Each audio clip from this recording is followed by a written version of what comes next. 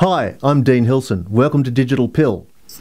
Today I'm going to be talking about long tones and all of the different things you can do with the humble long tone.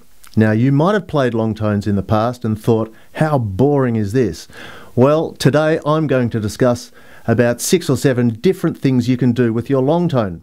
One of the things I like to do when I'm playing is the growl. What I'm doing here is singing a note as I play. If I change the note that I sing, it will vary the quality of the growl. Listen as I change the note I sing.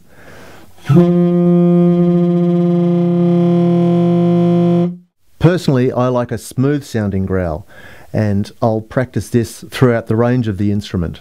I've found generally singing a note a fourth away from the note I'm playing gives me the sound I want.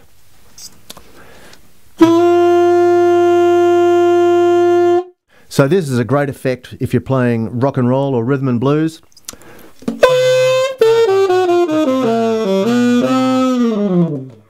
Another thing I like to do is to drop the pitch of the note I'm playing by a semitone or a tone.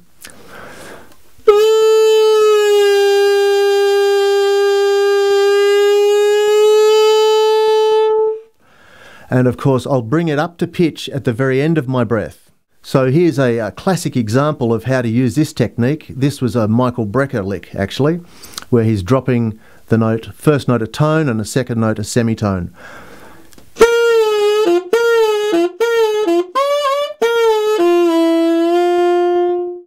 I'm talking about long notes here, and because this is a YouTube video, I'm only playing short notes, so you don't get bored listening to me play the same note for 40 seconds. But when you're doing these exercises, take a deep breath and use all of your available air. Play these exercises on every note that you can play through the range of your instrument, from the bottom to the top. You can use long notes to develop control over the speed of your vibrato. I'm going to use a metronome set on 72 and now show you how to do this exercise.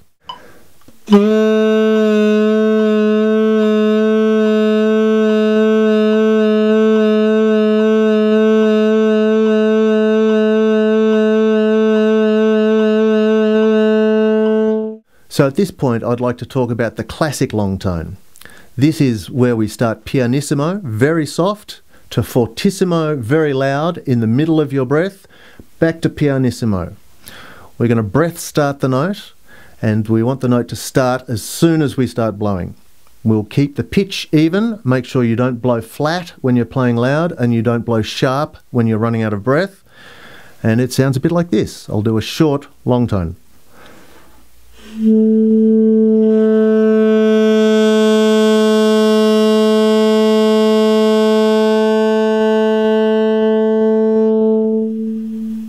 So it is important that we breath start the note here. You really need control over the beginning of the note, kicking the reed into life. You don't want 2 seconds of because on the gig, you want the note to start when you start playing. Something you might try is trying to kick the reed into life, but at the quietest volume you can do.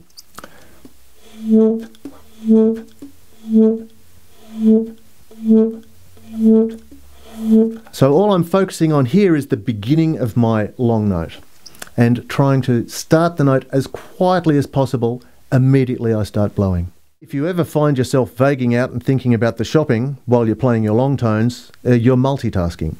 I've developed a way of training my ear as I do the long tones so that the multitasking is all about the music. So we're going to start with imagining or hearing in your head a semitone above the note you're doing a long tone on.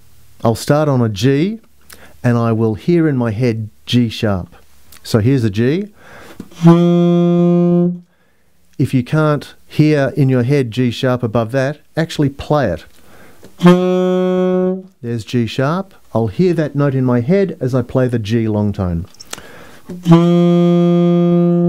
I've done a long tone on this note while hearing in my head.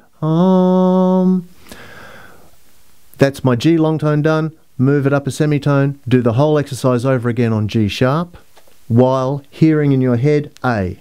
So I cycle all of these exercises through generally about 2 weeks to get the most out of them. I'll do the growling exercise for 2 weeks, or the vibrato exercise for 2 weeks every day. And with this interval exercise, on day 1 you'll start with a semitone. Day 2 you might move it up another semitone, so it's a tone. Day 3, hear a minor third above the note you're playing. Day 4, a major third, etc., etc. And over 2 weeks you should be up to hearing a sharp 9 above the note you're playing.